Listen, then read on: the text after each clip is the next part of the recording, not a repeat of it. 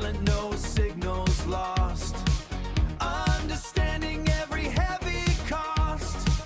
The three are one within the stream, translating every digital dream.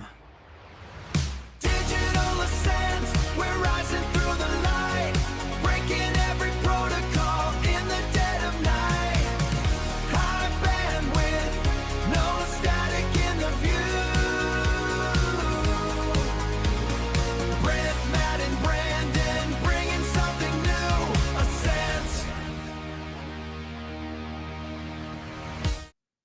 Good evening, everybody. Hello. We are back after a Hello, little bit of hello. a hiatus. Yeah, Been 2 or 3 weeks, maybe 4. I don't know. it's too long. It's been a little while. We've been busy. Yeah, no kidding, man. Everybody's had their own stuff going on for sure. So usually, if we're all kind of burnt out, we're like, "Hey guys, let's punt it. Let's do it next time around." You know. I think last time it was me. I just couldn't pull it together. Couldn't pull the show notes together last time. Maybe, but I think sometimes we appreciate it too because we're kind of running on fumes occasionally. So Oh yeah, last time Mm-hmm. I was exhausted that day, and you were like, "Hey, here's the reasons," and I'm like, "Yeah, this is Matt's fault, not mine." no, that's Uh, all fun. good. That's fun. Well, cool. Roundtable? Yeah, Yeah, I guess so. roundtable? Yeah, Sure. I'll hit, that's technically topic one, a gaming Yeah. roundtable. What have you guys been playing? I'm curious Okay. because I know what Brandon's been doing, and I know what I've been doing. Yeah, so I am less cool than you guys. I've been playing Stellaris again. Oh wow! I have another 70 hours sunk into Stellaris again since we have last spoke, which when I say it that way, it makes me feel like maybe I have a problem. And then I got through my Stellaris run, and now I'm finally picked up Star Wars Outlaws. And what system? PC. Picked it up on PC. And I feel like people have said maybe I had performance issues, and I haven't had anything like that. It looks great, feels great. I'm streaming from my PC to the deck, and it feels good. And I didn't get any opportunity to say that's what she said because you said performance issues, and then you're like, "Looks great, feels great," and I'm really trying to get in there with the, that's what she said, and I just quit. man, that is what I she feel like a said failure now. there. No, it was I was running it together.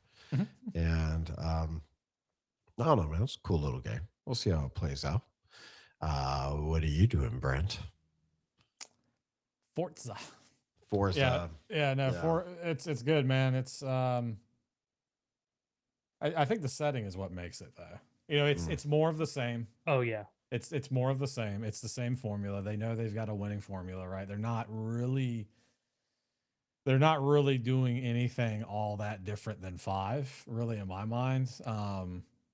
If anything, some of the things are actually like a step backwards. Like character customization has been kind of stagnant for a little bit, I think. And I think a lot of people I've seen complaining about that. And I don't really care about that necessarily personally. I put on an inflatable dinosaur outfit and call it a day. But it's about the cars, right? And I think for the most part, I think they nailed most of that. I think there's a few vehicles and whatnot where, you know, you want to get in there and do some tweaking and stuff to them, and there's not a lot to be had because of the type of vehicle it is. And I mean, I think what is it, Brandon? It's like over 600 cars that they've got in this game. 550 at this point. Right. Yeah. So, I mean, I don't know what you can expect. I mean, these are all licensed vehicles, right? These aren't made up things like what you would see in like GTA and stuff like that, right? So they're going out and getting these licenses, and so I don't know. It's cool to see the Japanese specific ones. Yeah. That I've never even heard of the manufacturer. I can't remember. You know, what warmed my heart was like a weird crossover that, like an unofficial crossover, is when I did the spin to win or whatever it is. You spin a wheel, you get a chance to get credits or emojis or whatever, but you also get a chance to get cars. And I got the Drift Edition. It's like a '69 Mustang, but it's the same Mustang from Fast and the Furious Tokyo Drift that his dad has in the garage, and they swap it out with like a motor from a Nissan.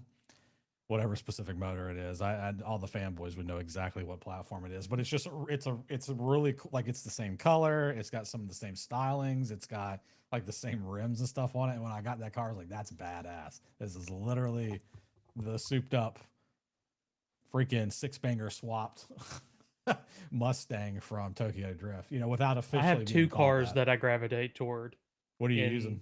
Forza. Not two car types. Okay. One is rally cars.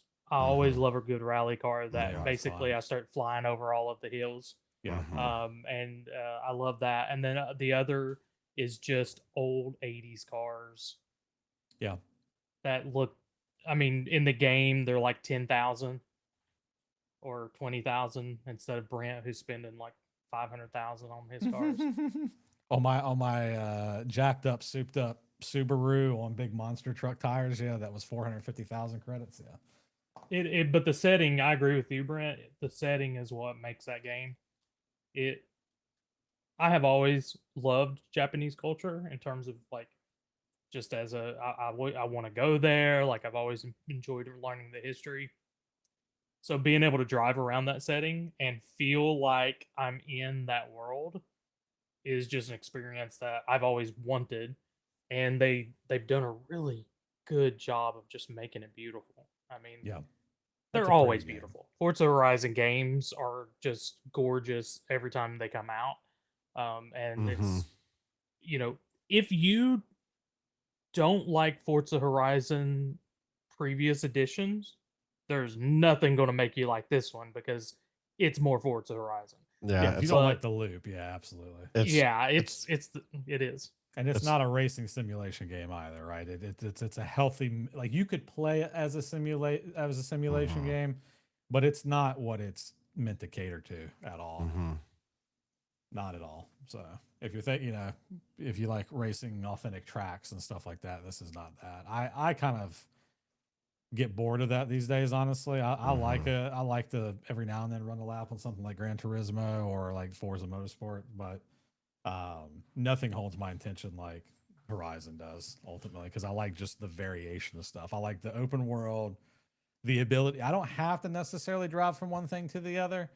Especially if I've already explored the area, because you can fast travel if you've already explored the area. But the ability to do that, to have that, the open world, drive from event to event, find all there's little mascots you find along the way that are Japanese themed, little bowls of ramen, little edamame pods and stuff like that you have to run through and collect. All the little like, ooh, piece of candy moments.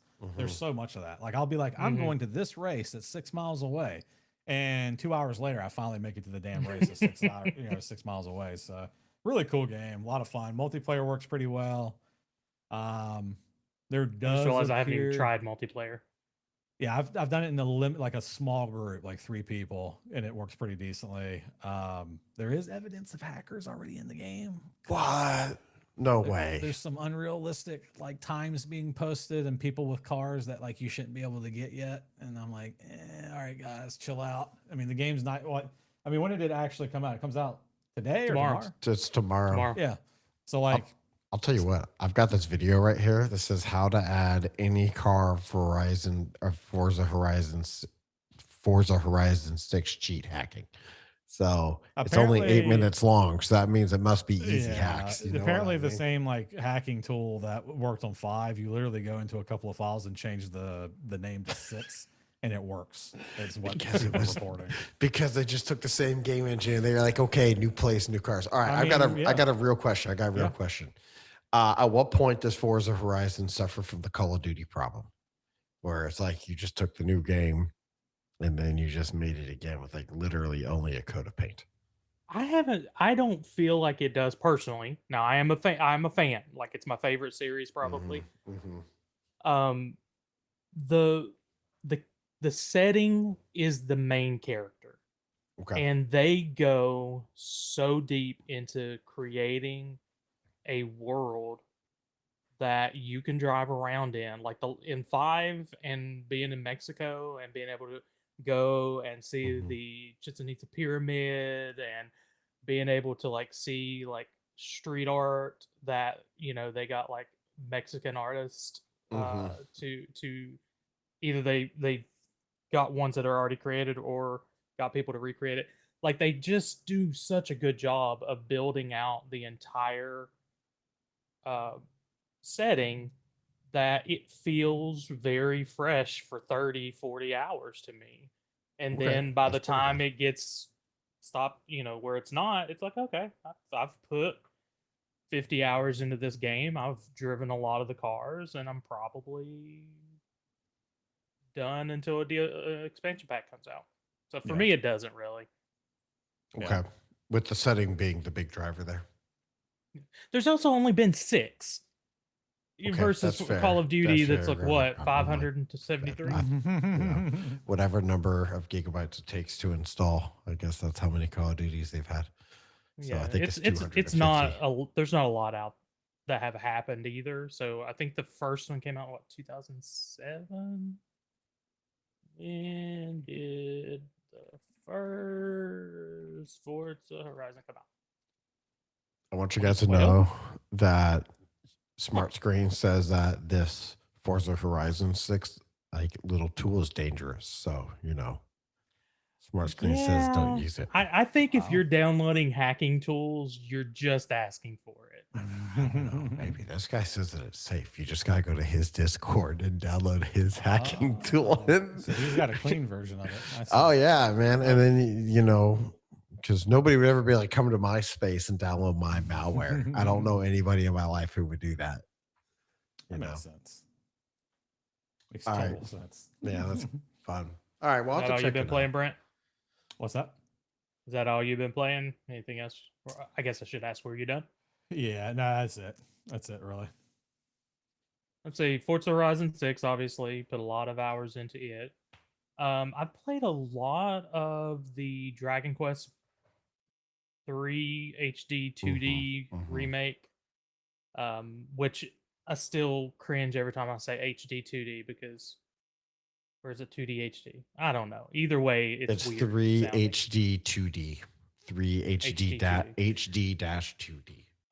Which I have actually, I didn't play him growing up, but I had started playing Dragon Quest 3 on the Game Boy Color, like last year, and played a lot of it. So I was actually really interested to see how this brand new graphics, and they follow the old story really closely. So it's basically like playing the old game. It's really nice. I like it a lot. It's beautiful, actually, especially as far as like 2D games go. Like it's like I'm looking at videos right now. And like, man, that's some pretty like high definition textures for pixel art games. Pixel art. We're getting to the point they've used that style for so many games that I think it's starting to be a little bit too much saturation. No pun intended. Yeah, for real. But I still love it. But I do understand, just like people when all the new Super Mario Brothers games are coming out, people eventually were just like, "Oh, I'm so tired of this art style." I get it when you've seen something so many different times. I mean, they've been doing that style since, was it Octopath Traveler? Was that the first one? The That's original the first one I Octopath remember. Traveler. That And game was it's still beautiful, too. gorgeous. It's still gorgeous. There's still things that happen that I'm like, oh dang, that's just beautiful. Boring game. What? Octopath, boring game. The combat on Octopath Traveler was really interesting. That whole break system, Bro, I really enjoyed a lot of the combat, but I just didn't like connect with any of the characters. And the fact that there was all 8 disparate stories that didn't really feel like they intertwined, it just lost me after a while. Yeah. I still put like 40 hours into it. Yeah, I got like 20 or 30 hours into it, and I was like, oh my God, I'm just grinding. I'm out. I want, the remakes I want while we're on that topic of remastered remakes. I want Earthbound. I want another Earthbound. Like not necessarily a remake, but like something of that franchise. Do something with Earthbound. One of my all-time favorite classic games by far. And then Illusion of Gaia, or Illusion of, I think that's how you pronounce it anyways. That game there was another one that like people sleep on it. I think it's both of those are Super Nintendo. Really, really. Did you ever play the translation of Mother 3? Yes. Yeah, which is really good. Yeah. I played parts of it. I've never. It's one of those games I've started probably 5 times and then would get distracted until I'm like, oh, I want to go. And then I get to that point where I literally have started this thing 5 times and there's no way to like skip this initial section, so I really don't want to play this anymore. Yeah. Which is a me problem, but Yeah, I think Pretty Earthbound common. tickles that nostalgia for me. More so than like the Mother 3 does. what did y'all think? Either of y'all nostalgic for Star Fox 64? Mm-hmm. I pre-ordered Yes. it. So Did that's y'all see that remake? I agree. All of those characters look weird, but I also think that this is a really exciting little game to come out. I don't think I would ever spend $60 on this game. Like, it's just not a game that I have like strong nostalgia for, even though I did play it a lot.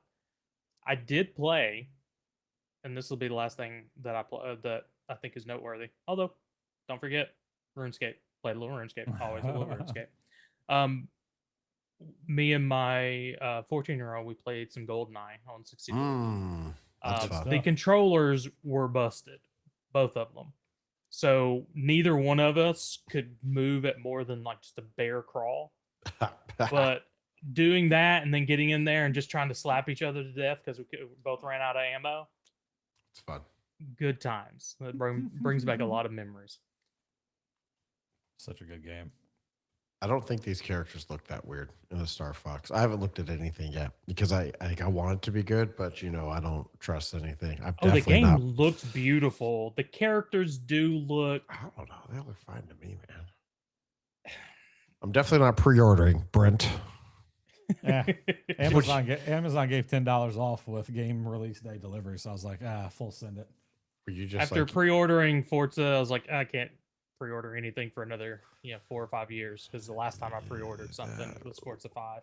Yeah. Hey, everybody forgets how expensive. Like, if we're talking about Nintendo 64 days. Do you remember how expensive a cartridge was for Nintendo 64? Oh yeah, that was what? How many damn years ago? 20 years ago? 25. They were years easily $80, $90 a lot of times back damn then. expensive. Yeah, God, but were they that bad? there's a reason the 64 just didn't do as well. they were terrible, man. They're expensive to. Earthbound was like $70, I want to say. Like that Super Nintendo Earthbound. Yeah, some of those big boy games are expensive on Super Nintendo as well. Yeah. That's 2000 money, not $80 now. That's what I'm saying. Yeah, Yeah. that was a big deal back then. This game does look It's cool. no wonder my dad gave me hell every time I asked for a new game. Yeah, I'm gonna buy that game. I only owned like 2 games for the. I owned 2 games for this Super Nintendo. I may have only owned Mario World, and just everything else was renting. I think I had after Mario that. World and Donkey Kong 64. I had All Stars at one point, but I think it was one of the times that we got rid of everything and like sold a Super Nintendo, and then we would eventually buy another Super Nintendo. And at one point, All Stars started coming out as the pack-in, and so I had that for some period of time. I guess. But yeah, everything else was just. I was just spoiled. renting. I think then, because I remember I had Super Mario 64, Mario Kart 64, GoldenEye, Ocarina of Time, Donkey Kong, whatever the Donkey Kong 64 game was, Banjo-Kazooie, Banjo-Kazooie 2. I mean, I had a ton of them. Turok, you remember Turok? Had Turok. Yeah.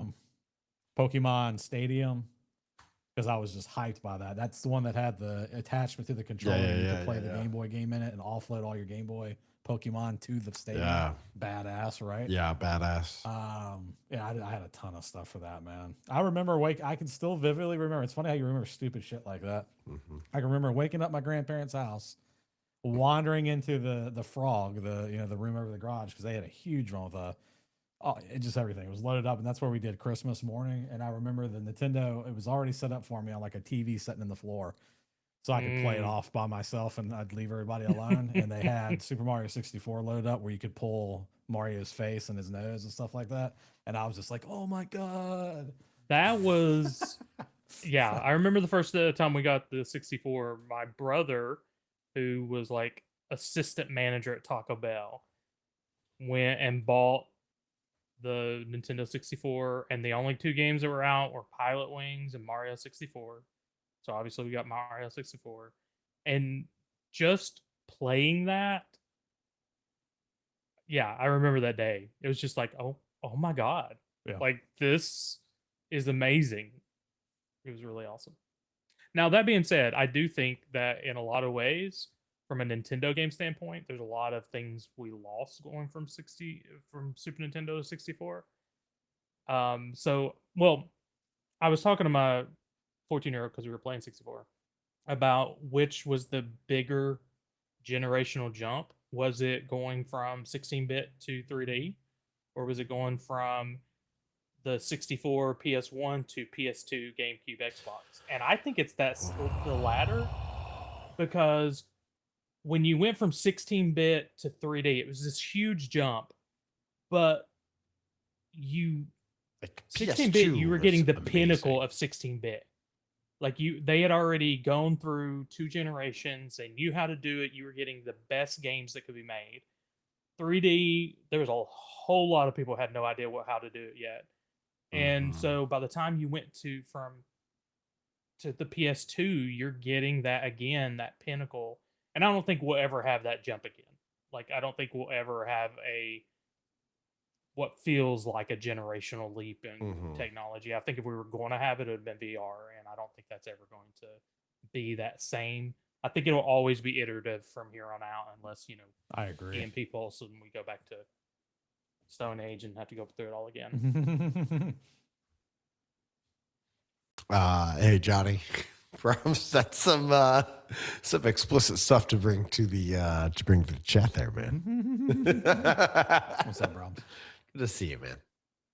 Or chat with you. Whatever. Don't worry about it. All right, we ready for the non-gaming but still extremely nerdy stuff? Yes. The cybersecurity side of things. Let's see what we got here. Did I hit the right one? There we go. So, well, I guess not straight into the tech stuff quite yet, but Matt, how'd your BSides talk go, sir? It was good, man. I was really nervous. For those who don't know, I gave a talk at Nashville BSides. I did an iteration on the bootstrapping a security program thing that we did here a few episodes ago. I wish I'd had the forethought to grab that episode number right offhand, but I don't have it. But I ran that and it went really well. I got a lot of positive feedback. One guy told me it was his favorite talk of the entire day. Wow, that's high praise. It's pretty good, man. Did he also ask you for your number? I'm just asking. Did not. Episode maybe 52. he was being truthful. It was episode 52. 52, the bootstrapping security program, correct? Yep. That's it. Yep. It was hot, Johnny. Just so you know, very hot. I'll link it. Thank you. So it was a cool experience. I want to do it again. I'm down to do it again. I'm not sure what I want to do next. I could do that one again somewhere else. I met some really cool people there. That was cool. Dude, I met a guy. This guy had like the dirtiest hack, one of the dirtiest hacks I've ever seen. So he was a pen tester with Counter Hack. And he drove like 3-4 hours to give this talk. And he had started with a pen test with a what was it? He had administrative control of a printer because last year they didn't change the password. So this year they were like, all right, you can start on the printer. And so he was like, what do you do with a printer? And he was able to see that they used no before. He was able to see people with like people's names from like print jobs in the printer queue. And so he printed out no before sticker, like no before certificate saying congratulations on 6 months without interacting with a phishing simulation, with like a simulated phishing email. Here's a QR code, scan it for $10 at the company store. And then yes. And then when you scanned it, it was a device code hack. And when you went, it brought you to a website, and when you scanned it, like, you just put in your device code, but you were giving him the device code when it Oh my happened. And god. yes, and it gave them access to Wow. OneDrive, Outlook, SharePoint, ChatGPT, internal chat copilot. Um, it was incredible. So a lot of really smart people there. Like I said, that's a dirty hack, and it was cool, man. I recommend people give us something like that a try, or at least go visit your local BSides. I'll have to plan the next time. I didn't even think about it. I probably could have pilled out to go see you. Oh man, I would have loved to have seen you, and it was a good time. Very cool. Mm-hmm.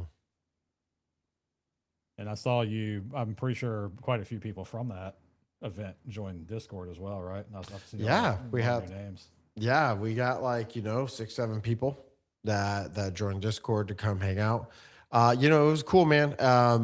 There were several people in there who were next slide would come up and they were like phone up, click, click, click. And I had, at least one person come up and natively just talk to me about their experience afterwards and what they were going through. And beforehand I was chatting with, some of the people there. I was chatting with another information security manager, and she was talking about her experiences having to do it. And it was just a good time, met a lot of cool people there. Very nice. Well, if any of you guys and gals are watching the VOD, shout out to you guys.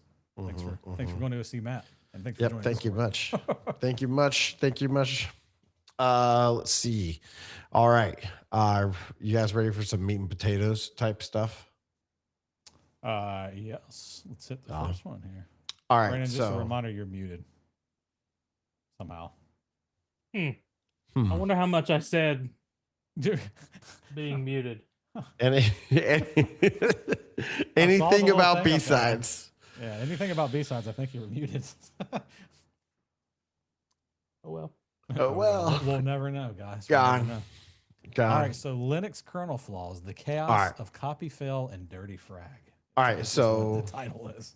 Yeah, so we're gonna do 3 vulnerabilities rapid fire style because that's how they came out. Let's see. Linux has had 3 vulnerabilities in the last 2 weeks come out. All 3 of them are local privilege access vulnerabilities that you can use to get system level access or root level access, which means that you basically become God on the computer. And it seems like these things reliably happen. So you don't have to win a race condition, right? A race condition is when you have to do something, you do something, and then you have to do something before the computer does, right? Your code has to do something else before the computer does, and then you escape and you're, whatever. So the first one was copy fail, and copy fail affected every single Linux distribution since 2017. I think it was. I saw that. It is, yeah. It's been out. It's literally been around for pretty much a decade. Yeah. For the record, for those of you who don't know, Linux runs the world, right? Like businesses use Windows, but Linux runs the world, right? Anytime you have an IoT, a router, any of that, it's all going to be Linux backend. Really crazy stuff. And this is crazy. This has just hung out for almost a decade without anybody noticing. Ouch. In this particular one too, if we're still talking about the copy fail, it's small as crap. It's not like this long complex script. They said it's was it 732 bytes? 732 bytes. They literally equated it to a tweet thread. It weighs less than a tweet thread. Yep. Ouch. So we got that one. So that means your IoT device, like you highlighted an example, it can totally run on that. It doesn't matter. The smallest Unix-based device could be exploited because of this one little. Yeah. I say little. Yeah. Pun intended. But this one little vulnerability, which is crazy to me. But yeah, what's the next one? All right. So real quick, that was CVE 2026-31-431. Okay. All right. Next one, dirty frag. So dirty frag. So dirty frag is a similar local privilege execution vulnerability where you can exploit a couple of processes, the RxPC and the ESP, I believe it is, processes. And then when you combine them together, like when you do one then two, you can use it to get yourself system level access again. This one was bad because unlike the last one, the embargo was broken, and so it was released before patching was ready. And so there was no patching for this one when it dropped. You could disable these things, but that requires you to know whether you need them or not. And once again, do you know where every Linux device that's using ESP is in your organization? And if not, then they're going to have a hard time defending against it. It's a very challenging problem. And that was Dirty Frag, and that is two CVEs chained together.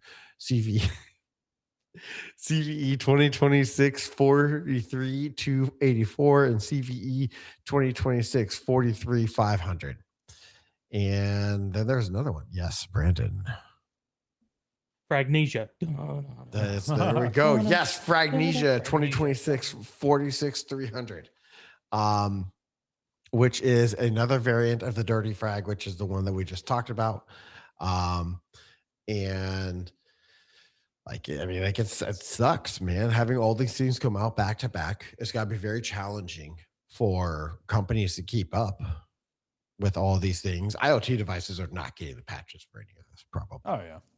That's like, if you think that you have an IoT device that got patched for all three of these things, you've got a very, very special IoT device, because most are like, no, when it's time for patching, like there is no patch. You bought it, yeah, you're expected to squirrel it away somewhere. And I think make sure people nobody see can like, touch it. theyey'll get the IoT app that comes with it. It's this like random badly rated app on the app store that's like got a name you've never heard of before. And then you get it in there and you're like, oh, look, auto updates are on. Sweet. I never have to worry about this thing ever again. Well, the thing is it never got doesn't released past the auto-updates. factory shipping anyways. Yeah, So it's so it like, doesn't matter. okay, well, that's a false sense of security. That's your average consumer is going to see that though and be like, all right, I'm good to go. I think you're being optimistic that the average consumer will ever even look. That's true. It is true. Yeah. The interesting thing about Dirty Frag that I don't think we talk about or that we think about very often is the fact that it's two vulnerabilities combined, right? To make like kind of this perfect storm scenario. Yeah, it's called vulnerability chaining. And yeah, I mean, it's because absolutely a threat. yeah, if you were to evaluate one or the other by themselves, you may say, okay, we're good to go, right? This is not exploitable. It takes a very specific circumstance, but then you use them together and it's like, oh shit, we've got a problem here, guys. Anybody can be root. Yeah. So it sucks, man. Figure I call that out. I don't remember the last time we talked about one that was quite like that necessarily. I'm sure they're all over the place, quite honestly. But yeah. Yeah. It's hard, man. The more I think about this stuff, I think about the impact of AI on vulnerability management, and it makes it so. There's a couple things is that not only does it make people to develop easy to develop new vulnerabilities, but my people in the threat intelligence field are saying that, or I should say my friends. They don't have people, have friends. My friends in the threat intelligence field are saying that most of the stuff that's coming out that's proof of concept doesn't even work. It's just trash. And so it's like making the waters very muddy, because you get these things, they're coming out. Suddenly you have proof of concept. Proof of concept means there's a big difference between an exploitable vulnerability that could theoretically be exploited and an exploitable vulnerability that anybody can download off GitHub. And it makes it hard to threat manage when you're going, okay, well, which one is it? Is it an unexploited vulnerability, or is it in a vulnerability I can just get off GitHub, or is it or now is it a vulnerability I can get off GitHub, but it doesn't exploit shit anyways? Yep. So it all comes back down to patch your shit, man. Gotta patch your shit. I mean, it's real, it's true, but I mean, once again, these things all drop without patches. Oh no, I understand that, but if you in a environment that is going to increasingly go faster and faster, our ability to be able to react to things also needs to become faster.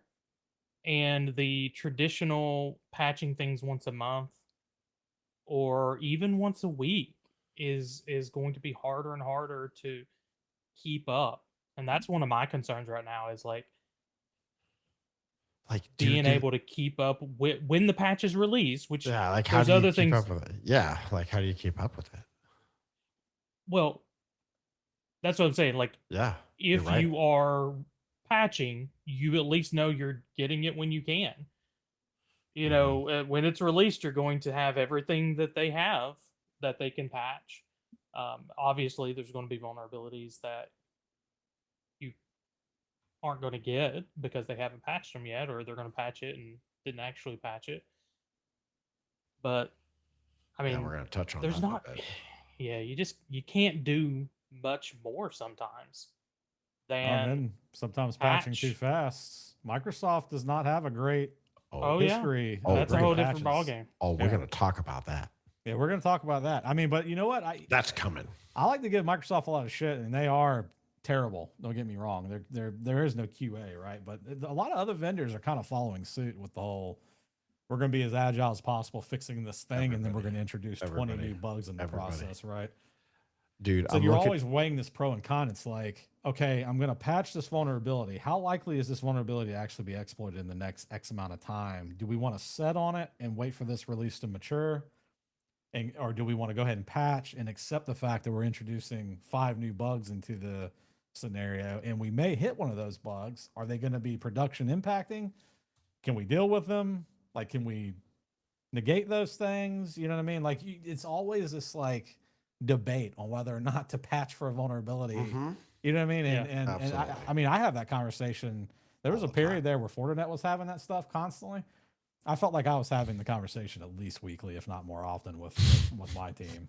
That sucks, man. On Fortinet, yeah, because Fortinet, like, it might be like, look, it's been a long time. Full disclosure, it's been a long time. Thank God. Let's not jinx this. I'm not on my right. desk. It's been a long time, but Fortinet's patching was always scary.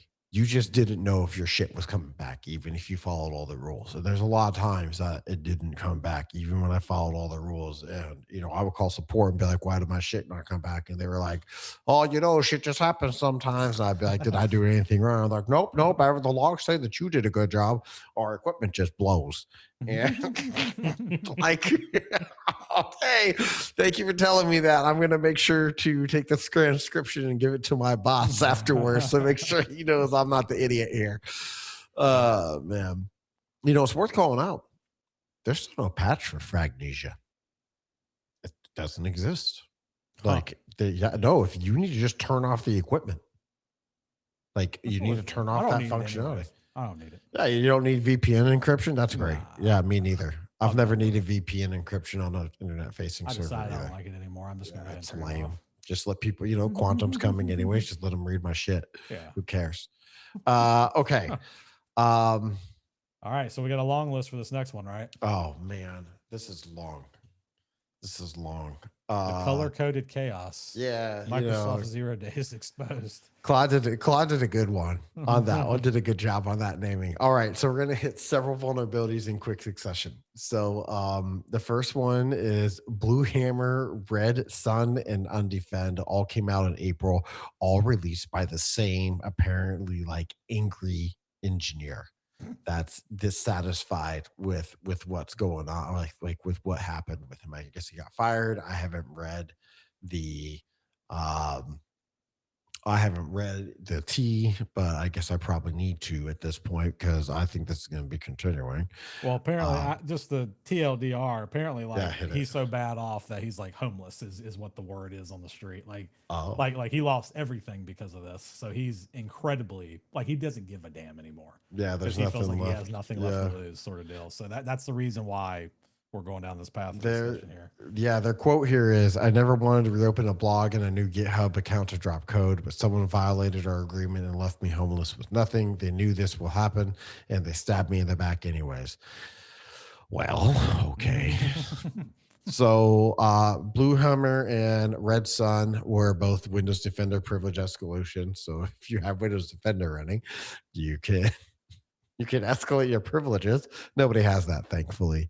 And then undefend, which is a denial of service attack that blocks definition updates. So you're locked in definition hell and you can't update. Obviously, AV definitions are are really important to Defender. Though I gotta wonder with that last one whether he's doing people a favor, because those those definition updates come out and then I get like a ton of false positive tickets sometimes. And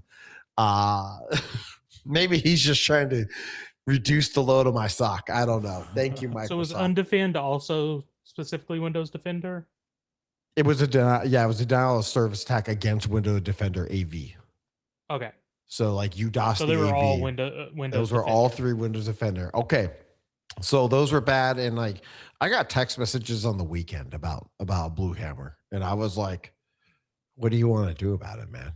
Like there's no patch. It's a 0 day. There was no reasonable disclosure, like or responsible disclosure. It's just like it is what it is. All right. May 13th. This for me, this is a big one. Yeah. So May 13th is YellowKey comes out. Another color here, sticking with the color theme. So YellowKey comes out, and guess what? It turns out that BitLocker is a fucking joke, and that it doesn't actually encrypt shit, because all you have to do is roll up with this fucking USB drive with a couple of file folders on it and files inside, sets the right value, and your BitLocker just turns off. Let me tell you what a fun conversation that was to have with my boss when I went, hey man, you realize BitLocker doesn't exist right now for the world until Microsoft fucking patches this thing. Like, that's crazy for you to tell me BitLocker doesn't exist, but that's where we are right now. Today, BitLocker doesn't exist to anybody with a USB drive and, enough sense to be like, how do I get past BitLocker? Because it gives you full access to the file system. It's wild. So that does, I mean, that gives a lot of emphasis to the importance of layering security, in terms of there's no layering here, bro. Well, physical security. If you need a USB key, that's what I'm talking about. Like, if you have something that you really care about keeping secure, and you have this vulnerability, well, there's other security things that aren't. This all happens in the win recovery environment. But what I mean is, your only defense here would be to turn off Windows recovery, which I don't know if you can do because I've never looked, or make sure your shit doesn't get stolen. I think the latter. But that's what I mean. That's what I'm saying. Like, having physical security to keep it from getting physically stolen is an important part of a security footprint. Okay, I see what you're saying. Yeah, it is. No, you guys are right. No, you guys are right. But I mean, it's crazy because like right now, this moment, if you left your computer at your desk and a cleaning crew came in, then you have, sorry, Brahms is out here asking if he should upgrade from XP. I don't know, man. That shit was kind of peak. If you can keep it off the internet, then maybe you don't need to. This is go back to Windows 88, 98 SE. No, Brent, I know that was you. No. It's totally secure. Yeah, whatever. My 14-year-old just bought a XP computer. What's he gonna do with it? He was installing the Sims last I talked to him. There we go. All right. So what I was saying though is that, like right now, if you left your computer at the office and the cleaning people came in, how do you know, like, and I mean like seriously, like how do you know without cameras or something that they didn't stick in a USB, 2 USB drives, one of them with the magic sauce and one of them to copy the entire hard drive off of and all of your client's data? Like if you're Boeing, how do you mitigate that risk? Do you just stop having cleaning crews come in? Then think about if you're a red teamer. If you're a red teamer right now, you can just walk in and copy disks, man. It's crazy. So would it work to do like a layered encryption though? Like if you were to use, like I'm thinking like if how do you fix this? How do you fix this? A BIOS. So I think that a BIOS password would be considered mitigation. One researcher also, there is a researcher named Kevin Beaumont who said they recommend using a BitLocker pin in BIOS password mitigation. Huh. So, or as mitigation, BIOS password makes sense, right? Because you can't boot. If you can't boot to the Windows RE environment, but at a corporate level, how do you how do you implement BIOS password? That would be crazy. It'd be crazy. Yeah, the BitLocker pin, maybe, but he said it looks like he said and there. So, you may still be SOL. And once again, hard things to manage. So, okay, that's crazy, in my opinion. That YellowKey. Once again, no resolution. Where is my patch? You know what I mean? And it's pretty upsetting. All right, next one. May 13th, same day, he also dropped GreenPlasma, which targets the CTFMON and allows you to interact with it in a way that gets you to system from a user. So once again, it's a local privilege escalation. I feel like we're talking about that a lot this episode. And so you do need access to it. He did not drop the full POC, but he left a hint saying, you're smart enough, you can turn this into a full privilege escalation. I don't know why he stopped short there, because every major threat actor in the world is going to be feeding over his CTF for a few weeks. Maybe that's why he did it, because it's CTFMON. He wanted to do a CTF for it and left people to kind of like salivate over that. And then yesterday, after I put my show notes together, thanks, dude. He dropped mini plasma. So far we have Blue Hammer, Red Sun, Undefend, YellowKey, GreenPlasma, and now we have mini plasma, where it is another 0-day privilege escalation leveraging the Windows Cloud Files mini driver there, and it will give you full access to system. Now, the interesting thing about this one, this exact bug was pushed by Google's Project Zero in 2020. This was marked as resolved in the December 2020 patching of Windows 11, and it is now back in open, and it leaves real questions going, well, I patched my fucking system. Is it still fucking safe? And all of this, like, I'm just going to wrap up my little rant here saying I'm extremely frustrated with Microsoft as a company at this point, because like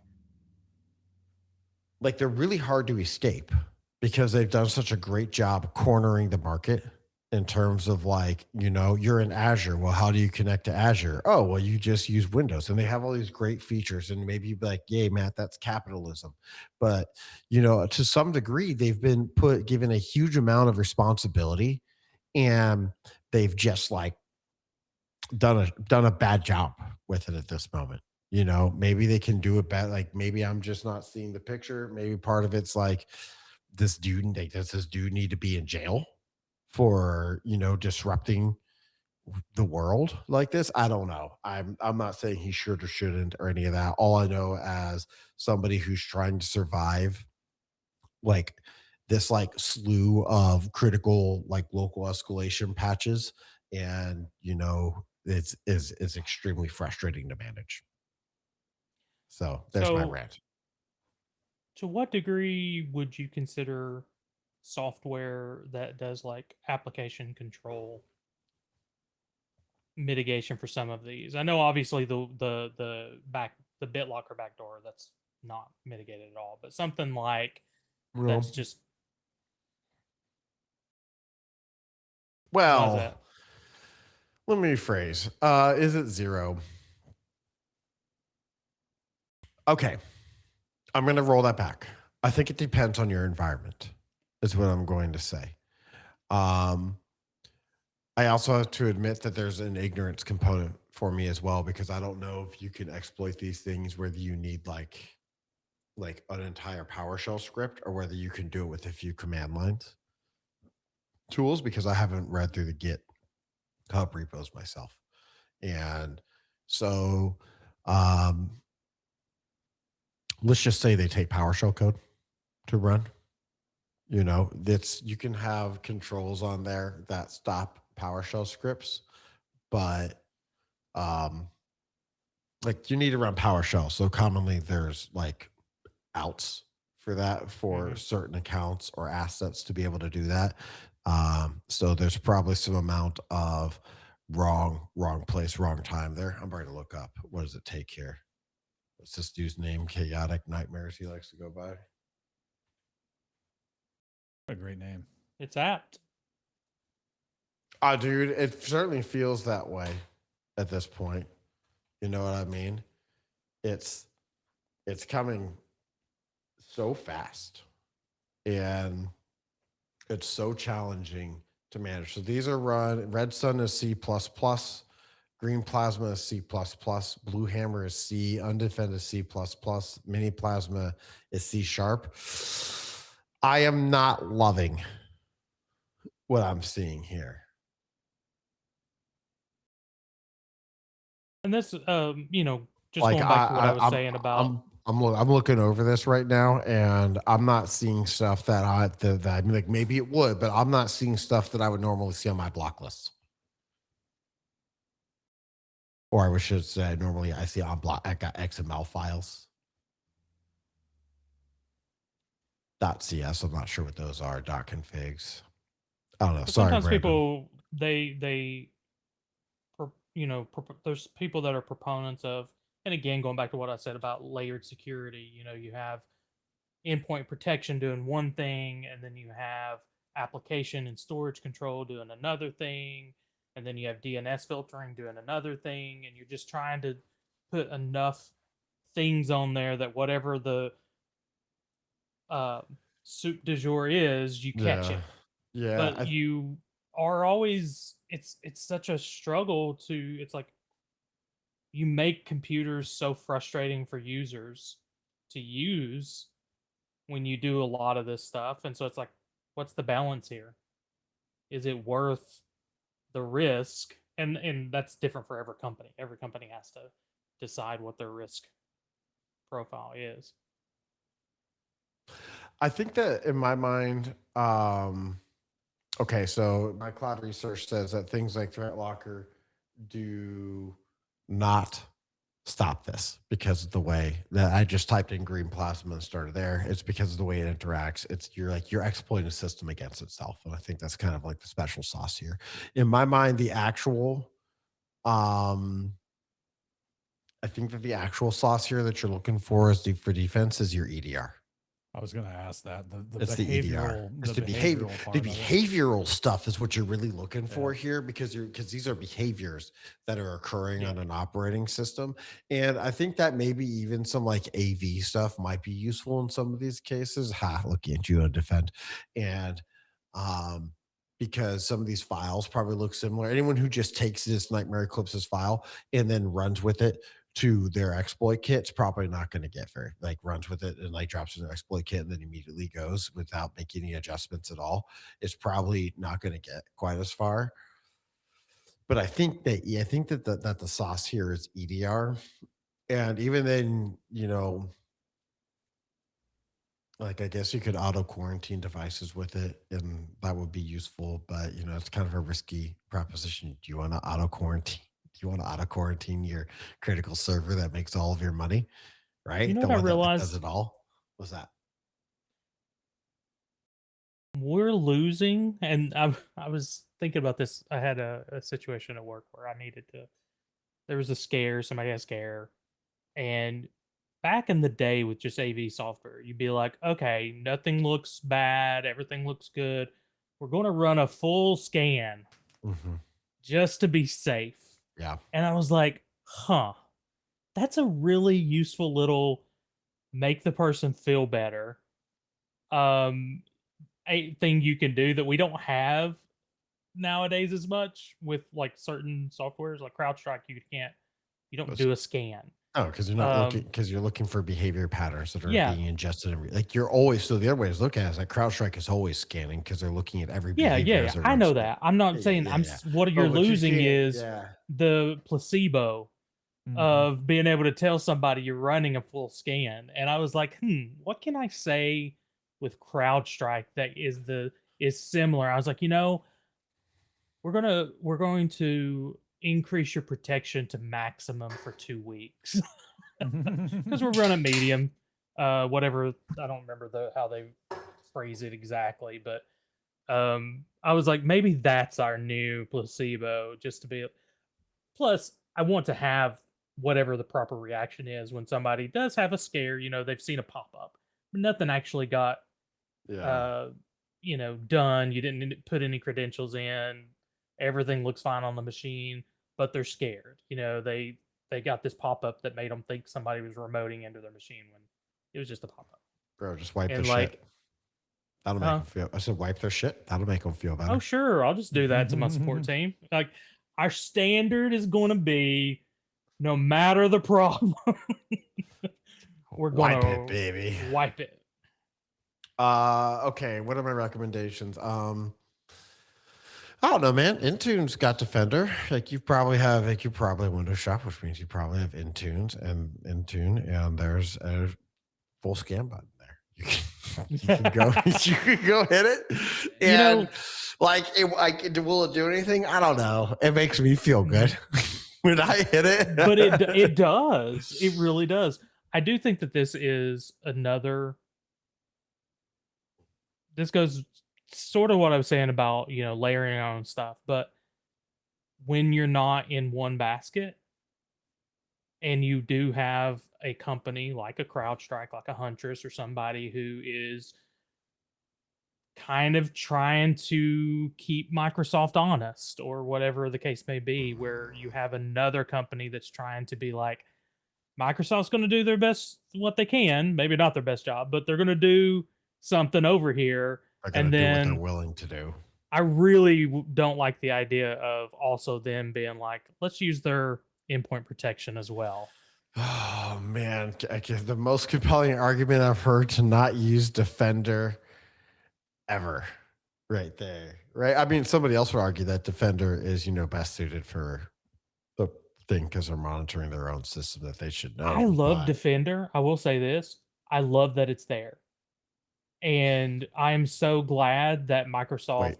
Wait, which Defender? There's Defender for Office and Defender AV. I'm talking about the Defender for local Cloud and I think Defender that it's good. EDR. It's a good thing that we have it. I don't think that I would want to use it in a business sense, but I love the idea that if somebody goes and buys a computer at Best Buy, they've got some sort of protection when they inevitably run out of McAfee trial. Then you just go to the Norton trial. I had What, you don't I like had a Norton? client one time where it's just like, what are you running? And somebody had been just going to Walmart and buying Norton for each of the machines that they'd rolled out. Shut the fuck up. And it just killed a part of my soul. What's else, hey Brahms, have you bought Norton, man, or McAfee? If you're still around, man, do you just casually buy amazing AV software? Let's see. Gosh, when was the last time I bought personal AV software? Because like if it's me personally, I'm going to find out what's the best free one right now.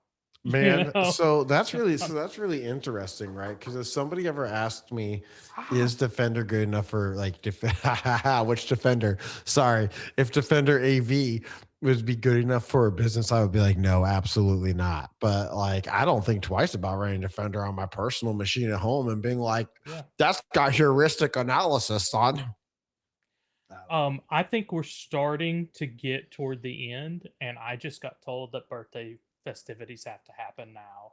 Oh, so you're being kicked y'all out. finish up without me. I'm sorry that my gray beard is not going to be able to balance Brent's red beard, but I do have to go.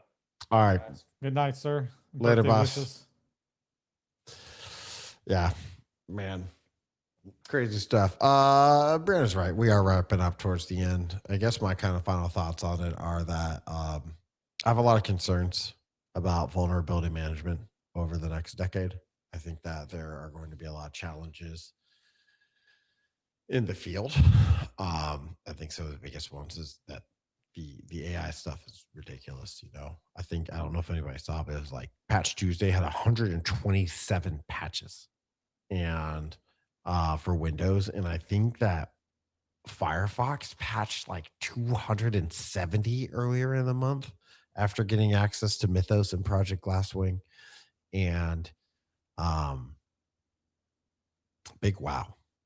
You know what I mean? Like, how do you keep up with that? That's what we've been worried about, man. We've been talking about AI playing a factor in this for a long time, And it's here. and right. people look at it or people think about it from the product they've been using, but they've not used exactly like you were just talking about Mythos and the other tools. Yeah. So, Mythos was accessed like via deep linking, man. And Mythos was accessed, as far as I can tell, by unknown people. Right? Because Anthropic had poor security. Like, what the fuck, bro? Yeah. All it takes is one little leak, one little outbreak, and get a hold of something that powerful, and it all goes to hell very quickly. Because, I mean, once again, one of those Linux things we brought up, that thing's been around for almost a decade. Dude, and AI popped that thing when somebody was fucking around, and then the next set of things that came off of it, somebody else was like, well, what if we try this in a different way? You know what I mean? Like, somebody saw that because it was different researchers, right? And the other researchers saw it. Bless you. Thank you. The other researchers saw it and we're like, man, if we just think about it in this other way, completely, like just a little differently, we're gonna pop that shit too. And then here the fuck we are. Yeah, but how many times too? I know you're probably wired this way too, in terms of like this. Let's say these researchers, you're in their shoes. I oftentimes I don't some stuff. Oh, something's gone.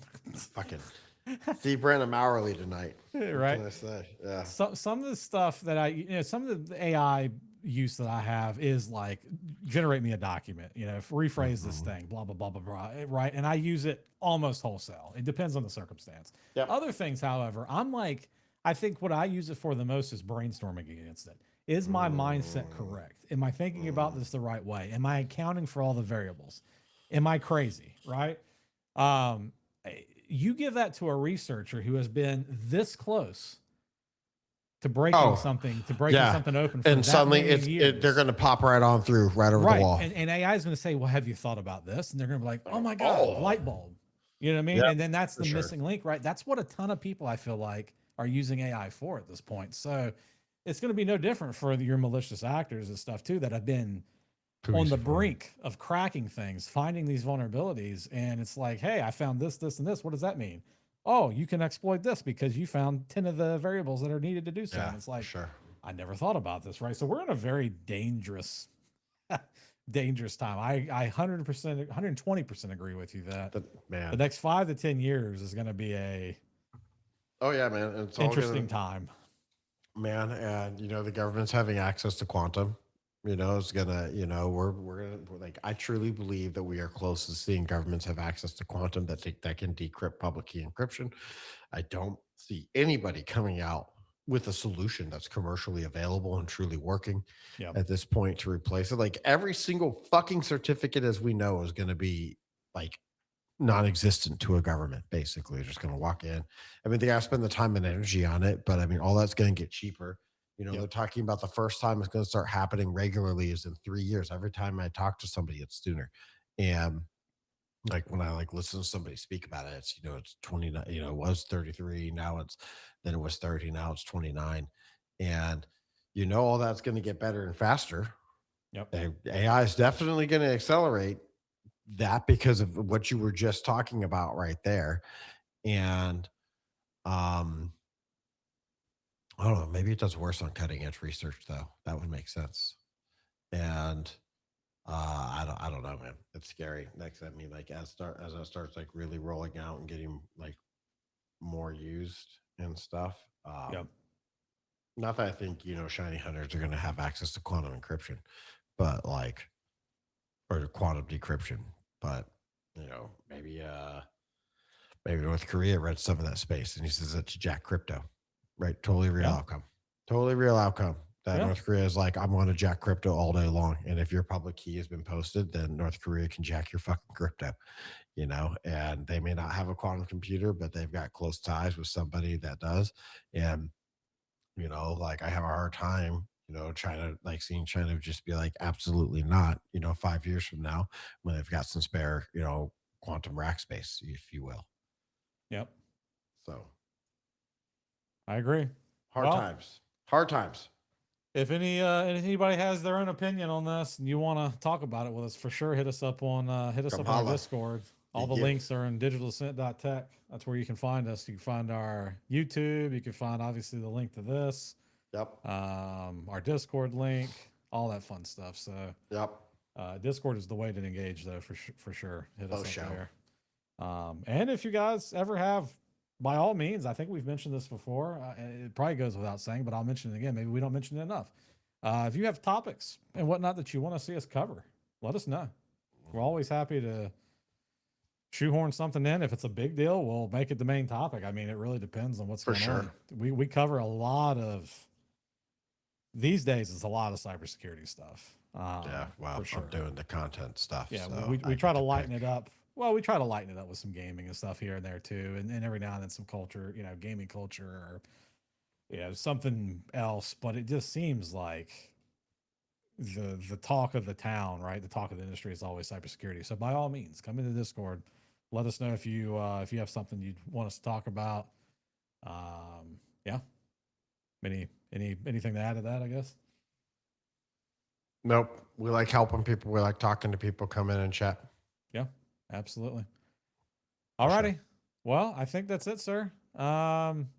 Everybody, thanks again. Brahms, appreciate you joining us, sir. Anybody else watching the VOD, we love you guys. And yeah, we'll see you For guys sure. next time. Later. Bye.